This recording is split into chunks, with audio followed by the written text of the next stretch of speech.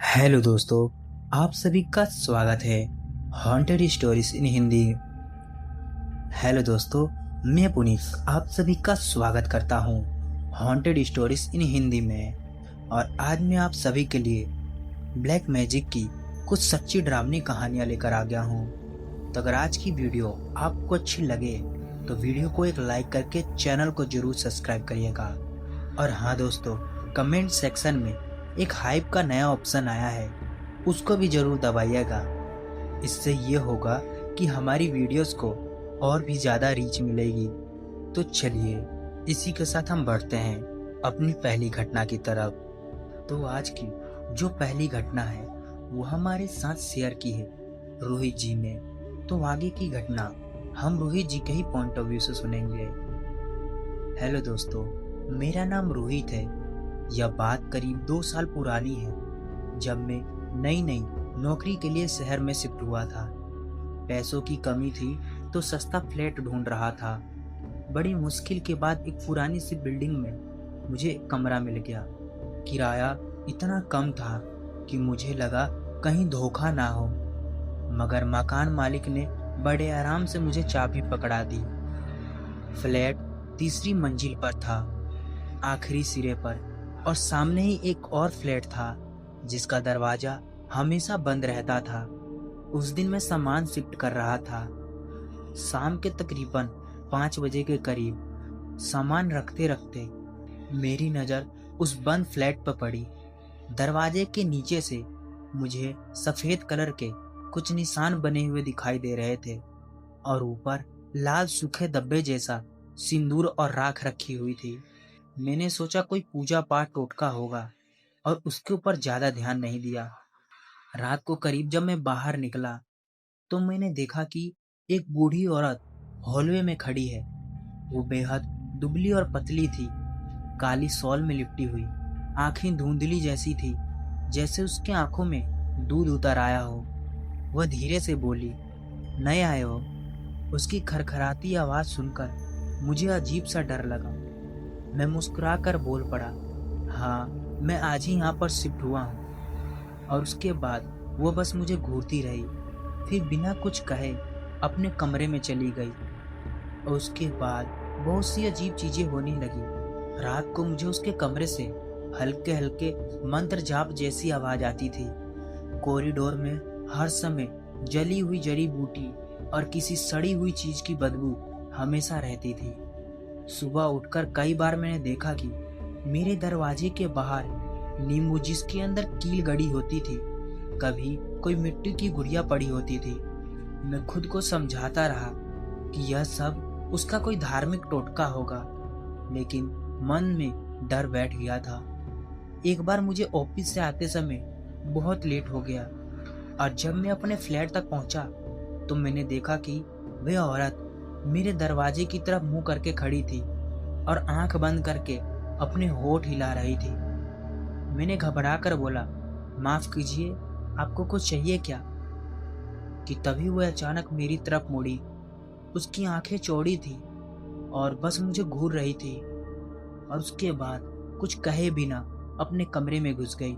लेकिन मैंने उसको कुछ नहीं बोला, और उसी दिन से और भी अजीब अजीब सी घटनाएं चालू हो गई। कुछ दिन के बाद कई रातों से लगातार मेरे दरवाजे पर खरोचे जाने की आवाजें आने लगी।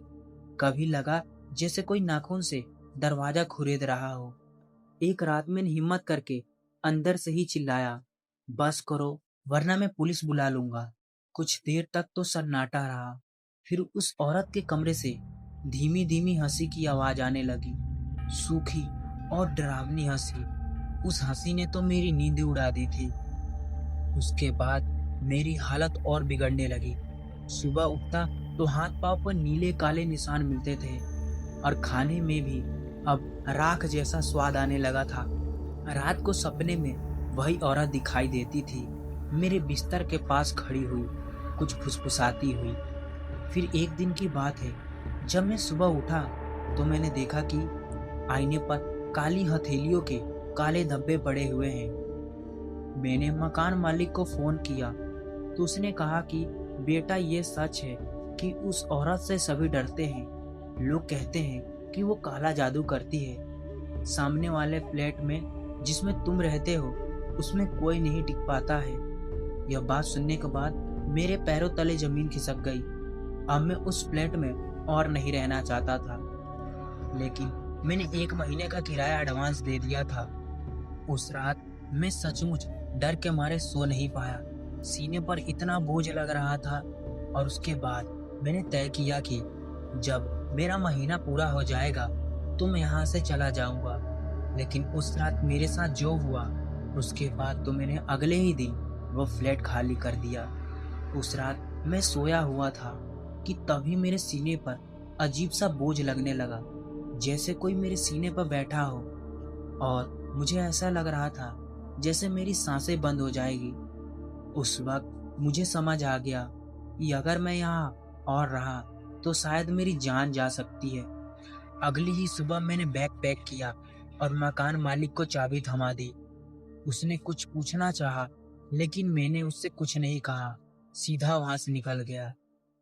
आज जब मैं पीछे मुड़कर देखता हूँ तो लगता है शायद ये सब मेरे दिमाग का वहम हो सकता है।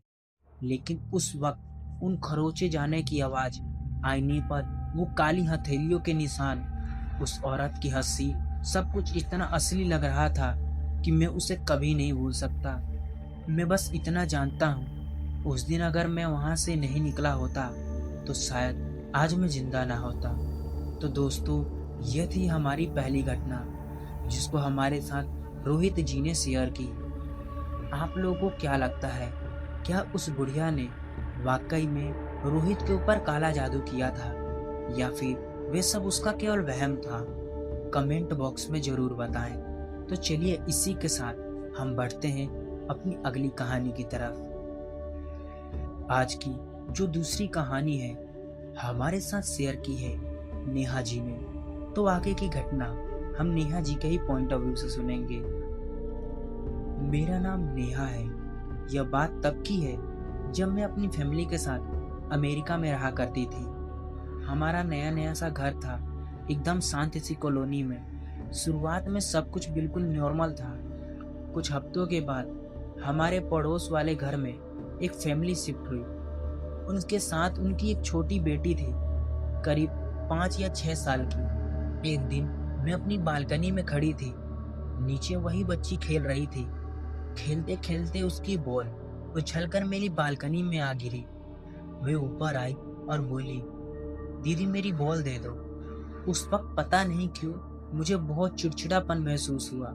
मैंने उसे डांट दिया, इतनी लापरवाही क्यों कर रही हो, बार बार मेरी तरफ अपनी बॉल मत फेंका करो। वे बच्ची डर के मारे रोने लगी। मैंने उसकी बॉल भी वापस नहीं दी। वो रोती हुई अपनी माँ के पास चली गई। उसके बाद उसकी माँ बाहर निकली और मुझे घूर के वापस रूम के अंदर चली गई। उस वक्त मुझे लगा बस छोटी सी बात थी, लेकिन यहाँ से ही सब कुछ बदलना शुरू हो गया। उस रात मैं अपने कमरे में सो रही थी कि तभी मुझे कुछ अजीब सा एहसास हुआ। मैंने देखा कि कोई परछाई मेरे दीवार के कोने से गुजरी हो।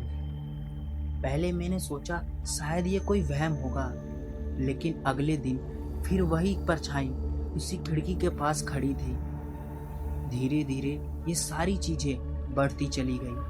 कभी मुझे लगता जैसे कोई मेरे पीछे खड़ा है, कभी रात को अचानक से कोई मेरा गला दबाने लगता, जैसे किसी ठंडी उंगलियों ने मुझे पकड़ लिया हो। मैं नींद से हड़बड़ा कर उठती थी, लेकिन कमरे में कोई नहीं होता था। मेरी हालत बिगड़ती जा रही थी। रात को सो भी नहीं पाती थी मैं। पूरा दिन चेहरा उतरा रहता था। शुरू में मैंने किसी को भी कुछ नहीं बताया था, लगा शायद मैं ज्यादा सोच रही हूँ। लेकिन जब लगातार कई रातों तक मेरा गला दबाया गया और वो परछाई मेरा पीछा नहीं छोड़ रही थी, तब डर के मारे मैं रो पड़ी और अपने माता पिता को ये सारी बात बताई। पापा पहले हंसकर बोले यह सब सपना होगा, लेकिन जब मम्मी ने भी घर में जलती हुई अगरबत्ती के बीचों बीच किसी अजीब सी गंध की शिकायत पापा से की, तब उनको भी एहसास हुआ कि मामला कुछ और ही है। आखिरकार एक जानकार दोस्त ने हमें एक बाबा के बारे में बताया और हम उस बाबा के पास गए। हम सब बाबा के पास पहुंचे मेरे साथ जो जो भी चीजें हुई थी मैंने सारी बात उनको बताई। उस परछाई के बारे में, उसका गला दबाना और वो बच्ची वाला किस्सा। बाबा ने मेरी बात सुनते ही कहा, यह बच्ची कोई सामान्य नहीं है। जिस दिन तुमने उसे रुलाया उसी दिन से उस बच्ची और उसके परिवार वालों ने तुम्हारे ऊपर काला जादू कर दिया। यह सुनने के बाद मेरे रोंगटे खड़े हो गए। उसके बाद फिर बाबा ने कुछ पूजा पाठ किया, मुझे राख दी और साथ ही में मुझे एक ताबीज पहनाया। उसके बाद धीरे धीरे सब कुछ ठीक होने लगा। ना मुझे वो परछाई दिखाई दी और ना ही अब कोई गला दबाता था। बाबा ने मुझे सख्त मना किया था कि उस बच्ची या उसकी फैमिली से कभी भी कोई भी झगड़ा या बहस ना करूं। हमने उनकी बात मानी और बस उनसे दूरियां बनाई रखी। आज भी जब मैं उस वक्त को याद करती हूँ तो सिहर जाती हूँ। अगर मैंने समय रहते परिवार को सब कुछ ना बताया होता तो शायद मैं उस अंधेरे से कभी बाहर ही नहीं आ पाती। तो दोस्तों, ये थी नेहा जी की कहानी। आप लोग को कैसी लगी कमेंट में ज़रूर बताइएगा। और दोस्तों, आगे भी हम आपके लिए ऐसी ही सच्ची डरावनी कहानियाँ लेकर आते रहेंगे। तो अगर आप लोगों को ऐसी सच्ची डरावनी कहानियाँ सुनना पसंद है तो प्लीज़ हमारे चैनल को सब्सक्राइब करके वीडियो को अपने दोस्तों के साथ शेयर कीजिए। तो चलिए, मिलता हूँ कुछ ऐसी सच्ची डरावनी कहानियों के साथ। तब तक के लिए बाय बाय, टेक केयर।